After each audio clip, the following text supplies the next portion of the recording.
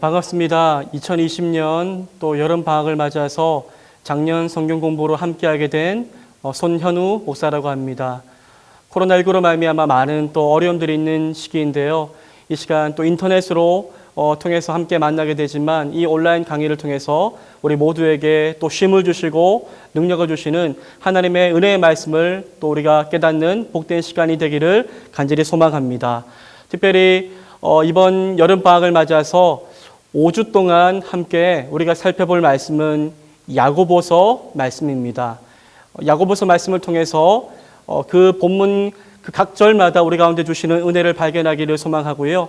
함께 이 말씀을 통해서 우리가 또 나아가야 될 하나님이 원하시는 방향이 무엇인지를 또 발견하게 되는 복된 은혜의 시간이 되기를 간절히 소망합니다.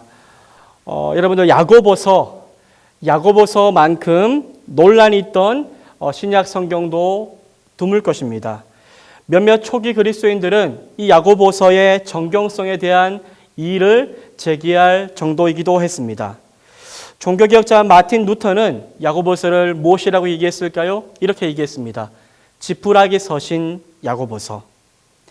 오직 믿음과 하나님의 은혜를 강조한 바울 서신들에 비해서 행위, 실천, 순종의 중요성을 강조한 야고보서에는 은혜의 복음이 잘 드러나 있지 않다라고 생각했던지 마틴 루터는 이 야고보서를 향해서 지푸라기 서신과 같다라고 이야기를 하기도 했습니다. 하지만 여러분, 이신칭의를 강조한 바울 서신은 진짜 하나님 말씀이고 행위에 대해서 강조하며 말씀한 야고보서는 좀 덜 진짜 같은 하나님의 말씀일까요? 물론 당연히 아닙니다. 야고보서는 복음의 기초 위에 교회가 세상 가운데서 빛된 사명을 감당할 진리의 말씀을 가득 담고 있기 때문에 모든 다른 성경 말씀과 동일하게 정말로 진리를 드러내는 진짜 하나님의 말씀이다라고 볼 수 있다는 것입니다. 아까 제가 마틴 루터가 야고보서를 어떤 서신이라고 했다고 했습니까? 지푸라기 서신이라고 불렀다라고 말씀드렸습니다. 어찌 보면 여러분들 이 루터의 말이 맞는 것도 같습니다. 하지만 오늘 저희들이 살펴볼 것은 이 지푸라기 하면은 가볍고 쓸모없다 이런 느낌이 있는데 지푸라기라서 가볍고 쓸모없는 것이 아니라 바로 그러한 점 때문에 정말로 유용한 하나님의 말씀인 야고보서를 함께 살펴보고자 합니다. 여러분, 집을 한번 비유해 보겠습니다. 비유적으로 한번 집을 짓는다라고 한번 생각해 보시기를 바랍니다. 집을 지을 때 어떻게 해야 됩니까? 먼저 땅을 깊이 파고 기초를 놓겠지요. 어찌 보면 여러분들 이 바울 서신은 그 역할은 마치 그와도 같다라고 이야기할 수 있을 것입니다. 하지만 여러분, 집이 이 기초만으로 무슨 역할을 다 할 수가 있단 말입니까? 건물에 기초가 놓였습니다. 그러면 이제 무엇을 해야 됩니까? 이제는 그 위에 기둥들을 세우고 마지막으로 지붕을 얹어야 되지 않겠습니까? 그런데 여러분, 지붕을 얹기에는 어떤 것들이 좋을까요? 지푸라기 같은 재료가 적격이 아니겠느냐는 말입니다. 야고보서는 그런 의미에서 지푸라기 서신이 맞다라는 생각이 듭니다. 지푸라기이기 때문에 기초석이나 기둥이 할 수 없는 일을 해낸다는 것이지요. 아무리 여러분들 기초가 튼튼하고 기둥과 든든한 벽이 있다라고 할지라도 만일 지붕이 없다면 그 집이 어떻게 되겠습니까? 비가 오고 폭풍이 몰아치면 모든 것을 다 맞을 수밖에 없을 것입니다. 여러분, 한국교회는 여러분들 오직 믿음이라는 종교개혁적 신앙의 뿌리를 두고 하나님의 절대 주권과 그 은혜의 복음의 기초 위에 교회가 든든히 서게 되었습니다. 시간이 흘러서 이제는 이 교회를 모르는 사람은 아무도 없을 것입니다. 교회에서 말하는 예수 그리스도의 복음에 대해서도 누구나 다 알고 있습니다. 마치 산 위의 동네처럼 그 일거수일투족이 세상 모든 사람들에게 다 밝게 드러나 보여 있는 것이 바로 교회라는 것이지요. 그래서 우리는 여러분들 이 예수 그리스도라는 진리를 세상 가운데 드러내야 됩니다. 어떻게 말입니까? 수많은 사람들이 다 알고 있는 교회를 밝히 드러내야 되는데 믿음을 통해 드러내야 되겠죠. 그런데 그 믿음이 어떻게 드러납니까? 즉 순종, 그 말씀에 대한 실천, 행위를 통하여 진리를 증명하는 것이 필요하게 된 것이지요. 그래서 믿음과 그 믿음에 따른 행위, 순종의 중요성을 강조하는 야고보서가 우리에게는 너무나도 필요한 말씀이다라고 볼 수 있다는 것입니다. 여름방학 기간, 여러분들 5주간의 기간을 통해서 야고보서에서 발견할 수 있는 하나님의 진리, 복음, 사명을 함께 발견해 보기를 소망합니다. 오늘은 여러분들 첫 번째 시간인데요. 야고보서의 서론과 그리고 야고보서 1장 1절에서 27절까지의 1장 전체를 함께 살펴보고자 합니다. 여러분 오늘은 두 가지 서론과 1장을 함께 다루어야 하니 오늘은 다른 날들보다 조금은 길어질 수 있으니 양해를 부탁드립니다. 함께 야고보서의 그 말씀의 진리 속으로 들어가 보기를 원합니다. 여러분 준비되셨습니까? 준비되셨습니까? 제가 말씀을 보여드리면은 말씀도 함께 읽고 지금 함께 한다는 마음을 가지고 오늘 이 야고보서 또 함께 본문 성경 공부를 함께 정말로 믿음을 가지고 해나가는 복된 시간 되기를 소망합니다. 여러분들 먼저 우리가 살펴보기를 원하는 것은 야고보서는 어떤 서신일까 하는 것을 보기를 원합니다. 여러분 야고보서는 어떻게 해서 이렇게도 바울 서신과는 다른 요소들을 많이 포함하는 서신서가 된 것일까요? 그리고 야고보서가 기록된 배경은 도대체 어떤 배경일까요? 어떤 정황을 두고 누가 어떤 목적을 가지고 기록한 것이 바로 야고보서일까요? 이것들을 알기 위해서 야고보서 1장 1절을 함께 살펴보며 그 배경들을 조금씩 알아보기를 원합니다. 우리 야고보서 함께 1장 1절 말씀을 함께 한번 읽어보도록 하겠습니다. 함께 읽겠습니다. 하나님과 주 예수 그리스도의 종 야고보는 흩어져 있는 12지파에게 문안하노라. 무엇이라고 말씀합니까? 하나님과 주 예수 그리스도의 종 야고보. 이 야고보는 흩어져 있는 12지파에게 문안한다라고 1장 1절이 말씀하고 있습니다. 여기에서 우리가 보고자 하는 것은 먼저 발신자, 이 편지를 보낸 사람이 누구인가 하는 것입니다. 발신자 야고보, 이 야고보가 누구인지 우리가 먼저 한번 살펴보기를 원합니다. 1장 1절은 여러분들 이 서신이 하나님과 주 예수 그리스도의 종 야고보가 기록하였다라고 명백히 밝히고 있습니다. 하지만 우리가 여기서 알기를 원하는 것은 그러면 여기서 말하고 있는 야고보가 어떤 사람이냐 하는 것이죠. 이 서신을 쓴 사람은 다른 것들 이야기하지 않고 자신을 간단히 하나님과 주 예수 그리스도의 종 야고보라고만 이야기합니다. 헬라어로 이아코보스라고 이야기하는데 이 헬라어 이름은 신약 성경에 42번이나 나왔고요. 야고보라는 이름을 가진 인물의 가능성은 추려서 4명 정도로 저희들이 크게 추려볼 수가 있을 것입니다. 먼저 예수님의 12제자 가운데 여러분들 유다가 둘 있었지요. 가룟 유다와 구분하기 위해서 야고보의 아들 유다라고 불렸던 사람이 있습니다. 이 예수님의 제자, 그 제자의 아버지 야고보가 나오지요. 하지만 이 사람은 가능성이 있다라고 보기가 어렵습니다. 그리고 예수님의 제자들 가운데 또 다른 야고보가 있지요. 알페오의 아들 야고보. 이 알페오의 아들 야고보가 있는데 신학자들은 말합니다. 그가 자신의 이름으로 교회들에게 편지를 쓸 정도로 유력한 인물은 아니었다라고 말하기에 이 사람도 아닌 것 같습니다. 반면에 예수님의 핵심 제자들 가운데 하나였던 누가 있습니까? 세베대의 아들 야고보가 있지요. 곧 요한의 형제 야고보. 이 사람은 다소 유력해 보이기는 합니다. 그는 베드로와 요한과 더불어서 예수님의 12제자 가운데 핵심층에 속한 인물이었지요.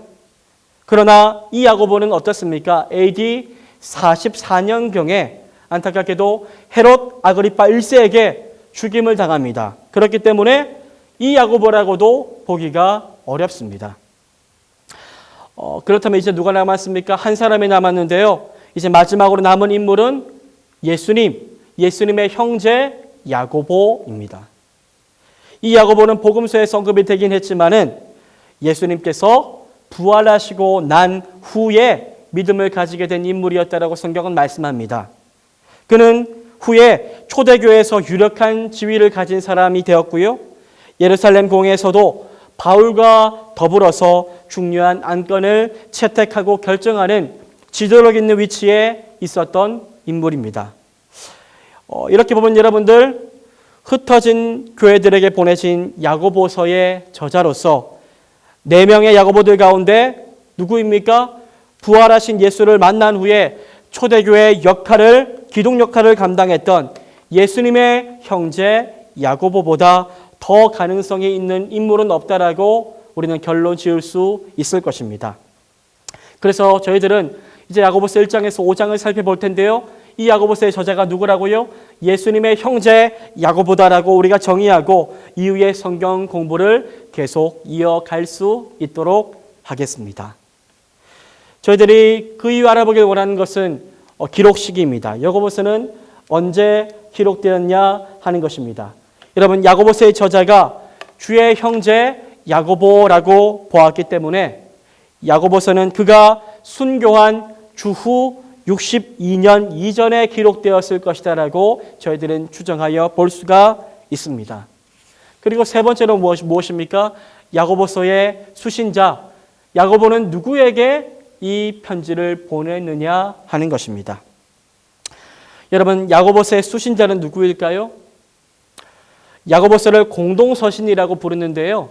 이 공동서신이라고 부르는 이유는 물론 이 서신이 특정한 교회나 개인에게 보내진 서신이 아니기 때문인데 이는 야고보서 1장 1절에 잘 드러나 있습니다. 1장 1절 말씀이 이렇습니다. 함께 한번 읽어보겠습니다. 하나님과 주 예수 그리스도의 종 야고보는 흩어져 있는 12지파에게 문안하노라. 여러분, 1절에 나오는 수신자가 누구입니까? 줄이 꿰어져 있죠? 흩어져 있는 12지파라고 말씀하고 있습니다. 그러면 여러분, 흩어져 있는 12지파는 누구를 말하는 것일까요? 구약에서 12지파로 이루어졌던 옛 이스라엘 유대인들을 말하는 것일까요? 아니면 유대인들을 제외한 신약의 교회를 말하는 것일까요? 그것도 아니면 옛 이스라엘의 회복으로서 동시에 이방인들에게도 열려있는 종말의 새 이스라엘을 지칭하는 것일까요? 1절에 포함된 여러분들 흩어진이란 말이 나오지 않습니까? 디아스포라라는 말인데요. 이 디아스포라라는 단어와 12지파라는 표현만 생각하면은 이 문구는 여지없이 구약의 이스라엘 지파들을 지칭하는 것처럼 들리기도 합니다. 하지만 같은 구절의 전반부에 또 무엇이 되어 있습니까? 하나님과 주 예수 그리스도의 종 야고보라는 말이 있지 않습니까? 하나님과 주 예수 그리스도의 종 야고보. 여러분, 주 예수 그리스도의 종된 야고보가 구약의 12지파 그것도 흩어져 있는 유대인들과 무슨 관계가 있을까요? 또한 1절에서 언급된 이 편지의 수신자인 흩어진 12지파는 2장 1절에 형제들이라고 이야기하기도 하는데 이들은 영광의 주, 곧 우리 주 예수 그리스도를 믿는 믿음을 받은 자들이다라고 성경은 말씀하고 있음을 보게 됩니다. 여러분, 야고보서에서 흩어진 12지파는 누구를 말하는 것입니까? 예수님, 이 예수님을 메시아로 받아들인 유대인들, 그리고 그 믿음을 함께 받은 이방인들도 포함하는 신약의 교회를 이야기한다라고 볼 수 있습니다. 그런데 여러분, 그렇다면 왜 야고보는 굳이 흩어진이라는 표현을 사용하였던 것일까요? 단순히 지리적으로 그들이 흩어져 있었기 때문일까요? 여러분, 흩어진이라는 묘사는 단지 지리적인 묘사만을 표현하기 위해서 쓰인 것이 아닙니다. 흩어진이란 묘사는 12지파라는 말과 함께 어울려 포로기에 있던 하나님의 백성들을 묘사하는 거의 전형적인 문구이기 때문입니다.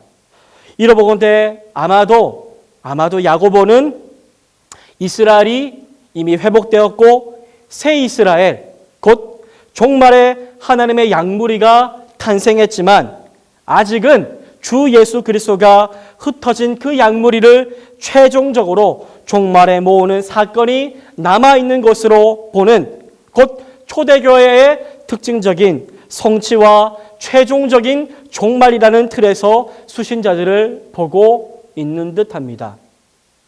즉 1장 1절에서 말하는 수신자들은 지리적으로도 흩어져 있지만 종말론적으로도 흩어져 있는 인생들인 것입니다.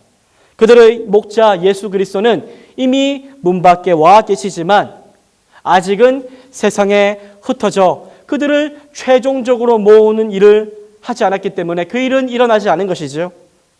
이렇게 보면은 여러분들 야고보서에서 이 수신자들이 흩어진 12지파는 누구를 말하는 것입니까? 하나님의 새로운 이스라엘로서 이 세상에 흩어져서 온갖 어려움, 시험 속에서도 인내하며 최종적으로 하나님과 세상 앞에서 귀한 열매를 맺어야 하는 모든 믿음의 그리스도인들이라고 이야기할 수 있을 것입니다.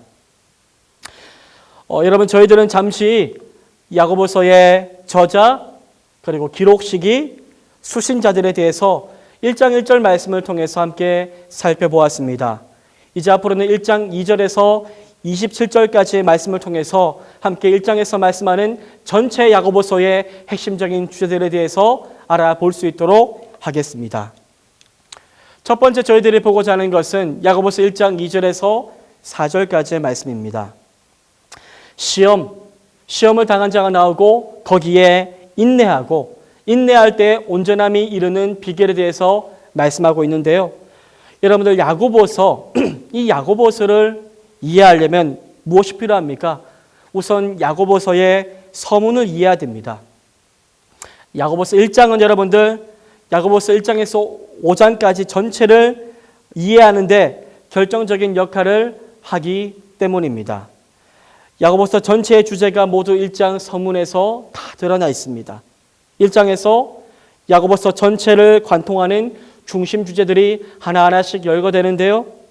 무엇이 나올까요? 곧 시험, 인내, 온전함, 기도, 지혜, 가난과 부, 말씀, 율법과 경건 등의 주제들이 1장에 모두 다 담겨 있습니다.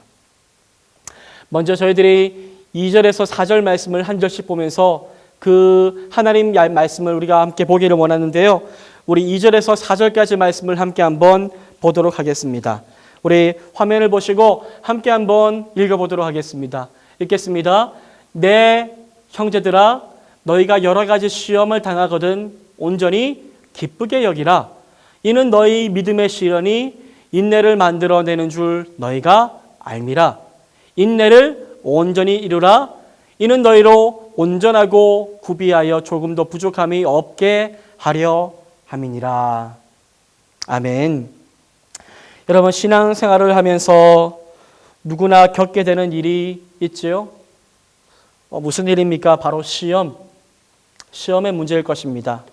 모든 사람이 시험의 문제로 힘겨워합니다. 그런데 여러분 지금 야고보는 1장 2절에서 4절을 통해서 이 시험의 문제를 먼저 다루려고 합니다. 여기에는 시험, 인내, 온전함, 지혜, 그리고 기도에 대한 이야기들이 계속 이어져 나오게 되는데요. 여러분 시험을 성공적으로 이겨내려면 이 모든 요소들을 저희들은 알아야 될 것입니다. 그리고 무엇보다 야고보는 하나님을 소개하고자 합니다. 이 시험을 당할 때에 우리가 인내하기 위해서는 우리를 위해서 바라보시고 우리에게 풍성해 주시는 하나님이 어떤 분인지를 우리가 온전히 알아갈 때에 그 모든 시험 가운데서도 우리는 기뻐할 수 있다라고 야고보는 이야기하는 것들을 보게 됩니다. 이 흥미롭고 여러분들 중요한 주제들을 다루기 전에 먼저 2절에서 4절의 헬라어 원문을 조심스럽게 우리말로 옮겨보며 이 2절에서 4절에 담긴 하나님의 진리의 말씀을 함께 살펴보도록 하겠습니다. 야고보서 1장 2절에서 4절까지의 말씀을 헬라어 언어로 한번 번역을 해보았는데요. 제가 한번 읽어보겠습니다. 한번 보시기를 바랍니다. 나의 형제자매 여러분, 온갖 종류의 시험을 겪을 때마다 모든 기쁨으로 기쁘게 여기십시오. 그것은 여러분의 믿음의 연단이 인내의 역사를 끝까지 발휘하게 할 것을 여러분이 알기 때문입니다. 무엇보다 인내의 역사를 온전히 이루도록 하십시오. 그것은 결국 여러분이 온전해지고 모든 것이 갖추어져 아무 부족한 것이 없게 되기 위함입니다. 여러분, 우선 2절에 나오는 기쁨이란 단어가 있지요. 이 기쁨이란 단어에 한번 주목해 보시기를 바랍니다. 2절에서 여러분들 온전히 기쁘게 여기라, 이 말에서의 온전히 헬라어로 파산이라는 말은 4절에 온전히 이루라는 말과 연결되는 인상을 주지만 실은 2절에 나오는 온갖 종류라는 말과 더 잘 어울립니다. 무슨 말입니까? 즉 기쁘지도 않은데 억지로라도 기뻐해야 우리가 온전해진다라고 하는 이야기가 아니라 어떤 시험이 다가와도 우리가 기뻐할 이유가 있기에 우리는 기뻐할 수밖에 없다라고 이야기를 하고 있는 것이죠. 만일 여러분 온전히 기뻐하라, 이 말이 부족한 듯이 기뻐하지 말고 억지로라도 감사하며 기뻐할 것을 요구하는 어투라면 이것은 문제 있는 번역이 됩니다. 대신에 모든 기쁨으로 기뻐하라, 이 말은 2절 안에서 어떤 종류의 시험이든지 그 종류에 상관없이 우리가 가진 기쁨을 모두 터뜨려서 기뻐해야 될 이유가 따로 있음을 선언하는 감격적인 고백인 것이죠. 여러분, 통상 야고보서 하면은 저희들은 어떤 생각을 합니까? 순종, 행함, 행위에 대한 부담부터 느낍니다.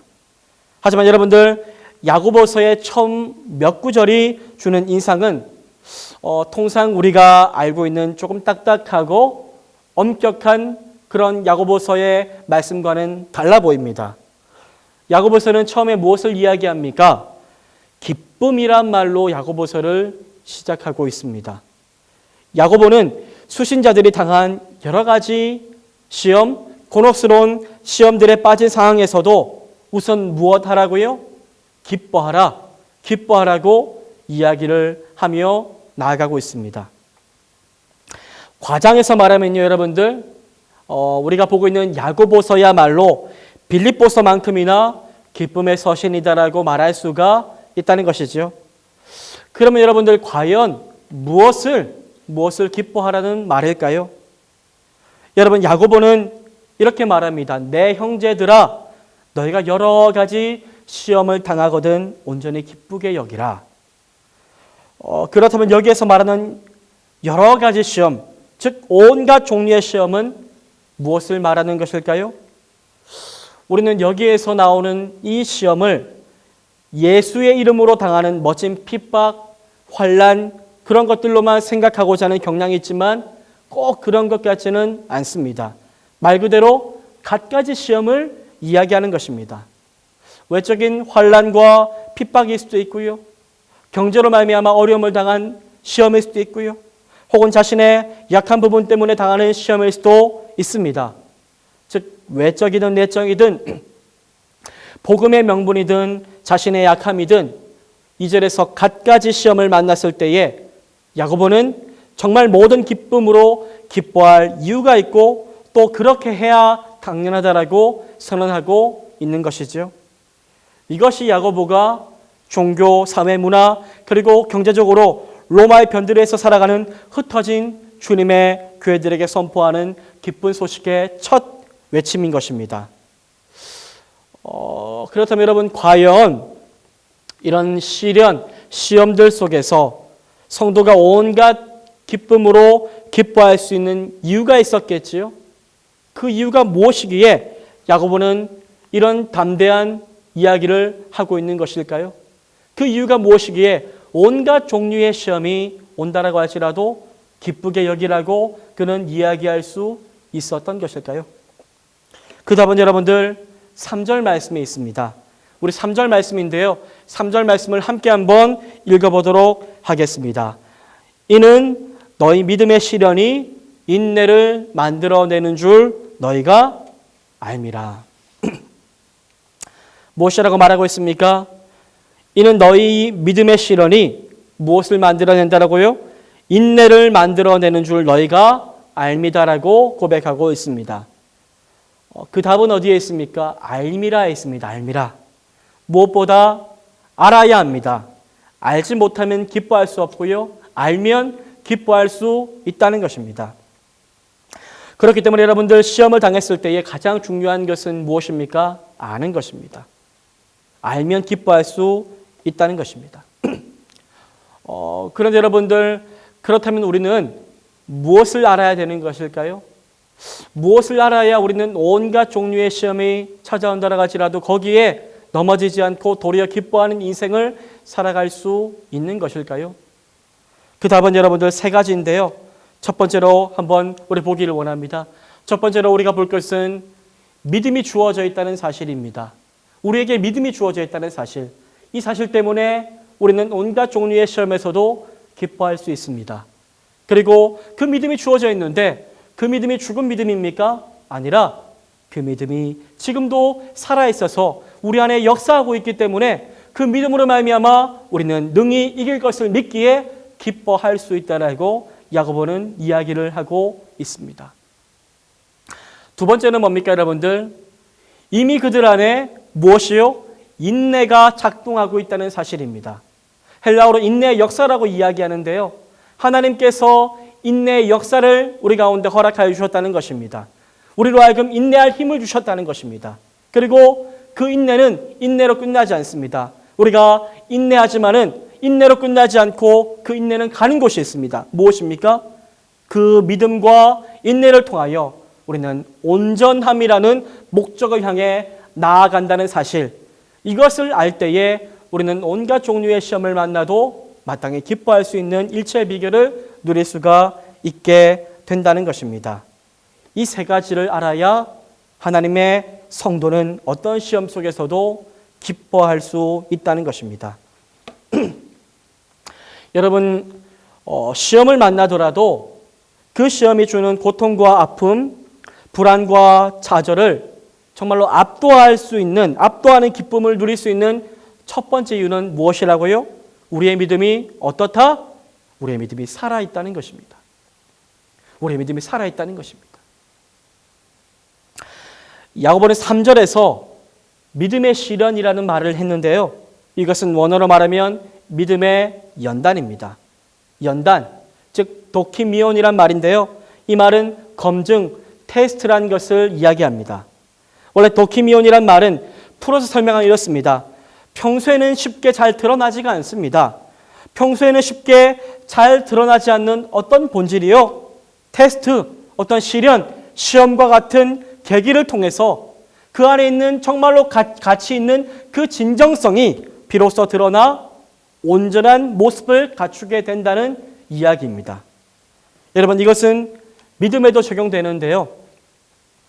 믿는 사람, 예수 그리스도를 믿는 신자가 여러 가지 시험을 당해서 흔들리게 되면 어떻게 됩니까? 흔들리고 정말로 넘어지고 침륜에 빠지고 거기에 끝나는 것입니까? 아니지요. 도리어 흔들리는 그 시험을 통해서 무엇이 드러납니까? 그 사람 속에 있는 믿음이 도리어 그 진가를 드러내는 기회가 된다는 것입니다. 평소에는 잘 모릅니다. 내 속에 무엇이 있는지 잘 모릅니다. 하지만 무엇을 만나면요? 시험을 만나면 다 드러납니다. 왜이지요? 깨어지기 때문입니다. 깨어지면 그 그릇 안에 있는 담긴 모든 것들이 쏟아져 흘러나오게 됩니다. 그래서 여러분, 시험이 오면 믿는 사람과 믿지 않는 사람의 반응이 다릅니다. 믿지 않는 사람은 불신앙으로 반응하지요. 그래서 분노와 절망과 허무와 억울함이 쏟아져 나옵니다. 반면에 신자도 자기 속에 있는 것들이 쏟아져 나옵니다. 처음에는 불신자와 같은 것들이 흘러나올 수 있습니다. 원망합니다. 좌절합니다. 한탄합니다. 후회합니다. 억울해합니다. 하지만 거기서 끝나지 않습니다. 결국 믿는 하나님의 인생, 신자는 놀랍게도 그 밑바닥에서부터 솟아나오는 부인할 수 없는 소망의 근거를 발견하게 됩니다. 도리어 시련 속에서, 그 절망 속에서 하나님만이 소망임을 발견하게 되고, 도리어 그 시련을 통해서 하나님을 정말로 찾게 된다는 것입니다. 시련을 통해서 그렇게 가까이 계신 줄 몰랐던 하나님을 실제로 경험하는 역사가 일어나게 된다는 것입니다. 여러분, 시편 22편에서 시인은 이렇게 처음에 고백하였죠. 하나님이여 어찌하여 나를 버리셨나이까. 시인은 좌절과 정말로 비참한 그 탄식의 목소리로 주님 앞에 나아갑니다. 그리고 곧 간절한 기도가 터지지요. 그런데 얼마 되지 않아 그 억울함과 원망 섞인 기도가 어떻게 변합니까? 갑자기 찬송의 기도가 되는 것을 저희들은 보아 알 수 있습니다. 여러분, 그런 것입니다. 시험 가운데서 그동안 입술로는 고백했지만 막연했던 나의 믿음이 무엇을 통해서요? 시련을 통해서 나 자신의 것이 되어져 가는 것입니다. 그리고 그 시련을 통해서 믿음만이 정말로 우리가 믿을 것이며 가장 현실적이며 가장 놀라운 선물이다 하는 것을 발견하게 된다는 것입니다. 바로 이것이 우리가 여러 가지 시험을 당한 가운데서도 모든 기쁨으로 기뻐할 수 있는 이유가 된다는 것입니다. 앞서 말씀드렸듯이 믿는 자는 시험을 당할 때 자신의 믿음이 살아있음을 알게 됩니다. 그리고 이 시련과 연단의 과정은 결국 언제까지 갑니까? 어떠한 목적이 이루어지기까지 지속되는데요. 무엇입니까? 바로 온전함을 입을 때까지 하나님이 이루어 가신다는 것입니다. 여러분, 야고보가 말하는 온전함은 기나긴 과정을 전제합니다. 말하자면 인내의 역사가 필요하다는 것이지요. 이러한 인내는 당신을 향해 정해진 당신의 온전함을 향해 우리를 끌고 갑니다. 하나님이 주시는 인내인 것이죠. 하나님께서 우리의 온전함, 우리가 온전케 되기를 바라는 그 목적으로 인내의 역사를 각각 인생 가운데 정하셨습니다. 그래서 인내는 우선적으로 하나님께서 정하신 그 목적을 이루기 위해서 주어지는 하나님의 능력인 것입니다. 하나님이 주신 인내가 우리 안에 솟아나는 것이죠. 그래서 우리는 인내할 수 있는 것입니다. 여러분, 하나님께서 우리의 온전함을 정하셨습니다. 그래서 그 온전함을 이루게 하시기 위해서 무엇을요? 시련이라는 불가마 속을 지나게 하시는 것이지요. 뜻이 있기에 그 시간을 지나게 하시며 인내하게 하시는 것입니다. 그런데 여러분, 그 인내는 어떻습니까? 그저 고생으로 끝나지 않습니다. 그 인내는 우리를 어디로 인도합니까? 하나님이 정하신 온전함으로 우리를 인도해 간다는 것입니다. 그래서 우리는 온전함을 결국 누릴 것이기에 하나님이 계획하신 그 온전함을 결국 하나님의 때에 누릴 것을 알기에 그 사실을 알고 오늘의 힘겨움 속에서도 도리어 기뻐하며 미리 기뻐하며 하나님 앞에 나아갈 수 있다는 것입니다. 야고보서는 2절에서 4절을 통해 우리가 기뻐할 수 있는 이유를 이렇게 설명하고 있습니다. 그리고 우리가 보고자 하는 것은 시험의 뿌리, 지혜의 결핍과 나뉜 마음인데요. 우리 5절에서 8절 말씀을 통해 함께 살펴보기를 원합니다. 여러분들, 5절에서 8절 말씀을 통해 그러면 이 시험이 어디에서 왔고 이 시험이 정말로 지혜의 결핍과 두 마음, 나뉜 마음에서 왔다라고 5절에서 8절을 말씀하고 있는데 이 말씀들을 또 말씀 한 절 한 절을 살펴보며 우리가 함께 보기를 원합니다. 우리 5절에서 8절 말씀인데요. 함께 한번 읽어보도록 하겠습니다. 함께 읽겠습니다. 너희 중에 누구든지 지혜가 부족하거든 모든 사람에게 후히 주시고 꾸짖지 아니하시는 하나님께 구하라. 그리하면 주시리라. 오직 믿음으로 구하고 조금 더 의심하지 말라. 의심하는 자는 마치 바람에 밀려 요동하는 바다 물결 같으니 이런 사람은 무엇이든지 주께 얻기를 생각하지 말라. 두 마음을 품어 모든 일에 정함이 없는 자로다. 2절에서 4절까지 말씀을 통해 야고보는 우리가 시험을 당할지라도 시험을 당해 낭망치 않고 기뻐할 수 있는 근거들을 이야기했습니다. 그리고 5절에서 8절 말씀은 이 시험을 당하는 신자의 입장에서 해야 될 지침들을 하나하나 이야기를 해주고 있습니다. 먼저 5절에서 8절의 말씀을 여러분들 헬라어 원어로 한번 번역해서 풀어보도록 하겠습니다. 제가 한번 읽어보겠습니다. 한번 보시길 바랍니다.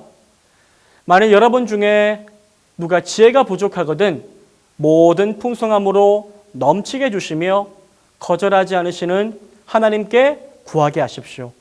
그에게 주어질 것입니다. 하지만 믿음으로 구하되 스스로 판단받는 마음으로 하지 말게 하십시오. 왜냐하면 스스로 판단받는 자는 바다의 거친 물결 같아서 바람에 휩쓸리고 이리저리 흔들리기 때문입니다. 이런 사람은 주께로부터 무엇도 받을 생각을 말아야 할 것입니다. 마음이 나뉜 사람이요 그의 모든 길에서 정함이 없는 사람입니다. 여러분, 야고보는 5절에서 8절을 말씀을 통해서 무엇을 말합니까? 먼저 지혜에 대해서 말하고요. 다음으로 기도를 언급하고 있습니다. 그리고 마지막으로 나뉜 마음, 두 마음을 이야기하고 있습니다. 여러분, 그러면 지혜, 아까 우리가 시험과 인내에 대해서 이야기했는데 지혜가 시험과 인내와 무슨 상관이 있는 것일까요? 그리고 왜 시험이나 인내에 대해서 말하면서 기도와 두 마음을 야고보는 언급하고 있는 것일까요? 야고보서에서 여러분들 지혜는 매우 중요한 개념입니다. 특히 야고보서 3장 후반부에서 야고보는 위로부터 내려온 지혜와 세상적이고 정욕적이고 마귀적인 지혜를 구분하고 있습니다.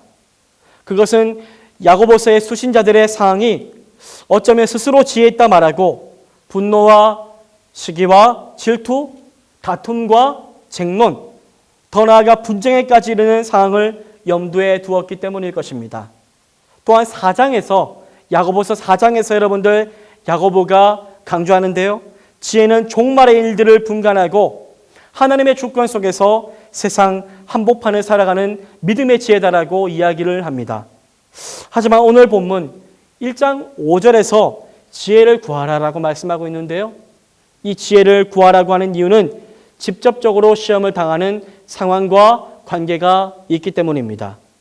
본문에서 여러분들 지혜는 우선적으로 무엇을 위함입니까? 인내를 위함입니다.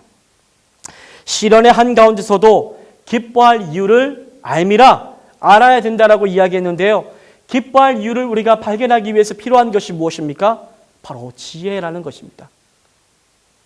하지만 여러분들 만일 이런 지혜를 얻지 못하면 어떻게 될까요?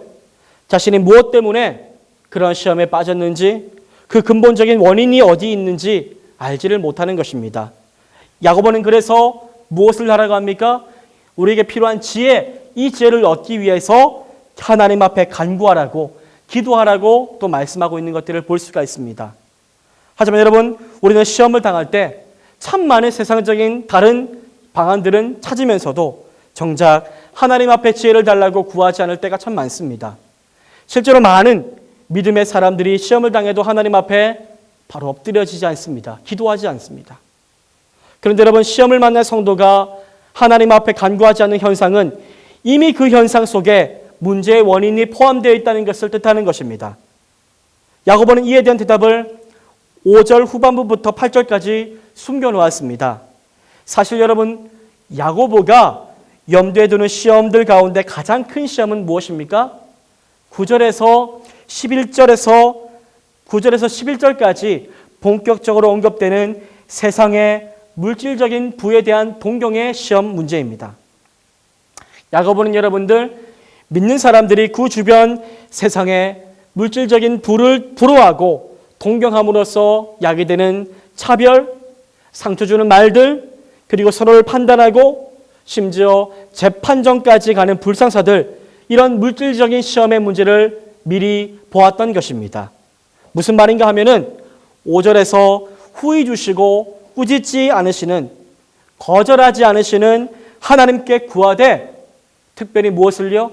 지혜를 구하라고 하는 의미는 이들 가운데 이미 돌이켜 하나님께 구하고 자신들이 당한 문제들 앞에서 하나님의 대답을 구하는 자세마저 잃어버릴 위기가 있었다는 것을 뜻하는 것입니다. 5절 후반부에 표현된 식으로 하면은 이들은 여러분 하나님이야말로 자기들에게 후히 주시며 거절하지 않으시는 분이라는 사실을 점점 잊어가고 있었던 것이지요. 그래서 여러분 사방이 막혀 있는데도 하나님께 구할 생각을 하지 않았던 것입니다. 그들은 마치 모든 것들을 자신의 욕심과 다툼을 통해서 얻어야 할 줄 생각했던 것입니다. 즉 그들이 하나님께 간구하지 않는다는 사실 속에 그들의 병이 숨어 있었던 것이죠. 그래서 여러분 야고보는 먼저 그들이 생각하는 하나님에 대한 잘못된 생각을 깨뜨립니다. 하나님은 그들의 생각과 달리 어떤 분이십니까? 후히 주시고 거절하지 않으시는 분이라는 사실을 이야기합니다.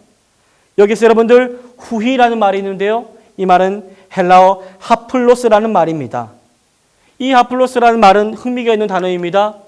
첫 번째로 하플로스란 이 단어는 풍성하게라는 뜻을 가지고 있습니다. 풍성하게, 주저없이, 관대하게라는 뜻이 있다는 것입니다. 이것은 무엇을 줄 때 망설임 없이 넉넉히 주시는 분이 바로 하나님이심을 뜻하고 있는 것이지요. 그리고 이 하플로스라는 말에는 한 가지 더 근본적인 그런 의미를 가지고 있는데요. 바로 순수하게라는 뜻을 가지고 있습니다. 즉 주려고 하는데 반대로 속으로는 반대로 주지 않으려는 욕심이나 아까운 마음, 시기하는 그런 마음이 아닌 순전하게 주시는 것이 하나님의 마음이다라고 이야기를 하고 있는 것이죠. 그러므로 지금 5절에서 야고보가 소개하는 하나님은 순전한 마음으로 넉넉히 주시는 분이십니다. 이러한 하나님, 우리는 이러한 넉넉히 주시는 하나님 앞에 무엇을 해야 합니까? 야고보는 지혜를 구하며 기도해야 한다라고 말하고 있다는 것이죠. 그런데 여러분, 우리는 왜 그렇게 기도하지 못할까요? 바로 두 마음 때문인데요. 이 두 마음을 함께 살펴보기를 원합니다. 여러분, 5절에서 8절은 하나님으로부터 오는 지혜를 깨닫지 못하고 의심하는 자, 곧 두 마음을 품은 자들에 대해서 이야기를 하고 있습니다. 흥미롭게도 이렇게 의심을 하여 두 마음, 나뉜 마음을 가진 신자의 특징은 아까 조금 전에 이야기한 하플로스, 즉 넉넉하게 그리고 순전한 마음으로 우리를 대하시는 하나님과 정반대되는 마음인 것이지요. 하나님은 여러분 우리를 향해 어떠십니까? 순전하십니다. 진심으로 우리를 사랑하시며 우리를 향하여 주신다면서 뒤로는 아깝게 생각하는 그런 마음이 아니라는 것이죠. 그런데 여러분 시험에 들어서 온갖 어려움에 흔들려 나뉜 마음, 두 마음을 갖게 된 자는 그렇지 않다는 것입니다. 그 사람은 세상 풍조나 유행이나 바람에 따라 이리저리 흔들립니다. 그래서 하나님이 인내하시는 인내 역사를 따라 그 목적을 향해 꾸준히 전진해 나아갈 수가 없습니다. 야고보는 이러한 두 마음을 품은 자들을 모든 일에 정함이 없는 자라고 말하며 무엇이든지 줏대 얻기를 생각하지 말라고 강하게 이야기를 하고 있습니다. 그리고 9절부터 11절까지 이 두 마음을 품은 자들의 모습이 어떠한지 하나하나 살펴보고 있습니다.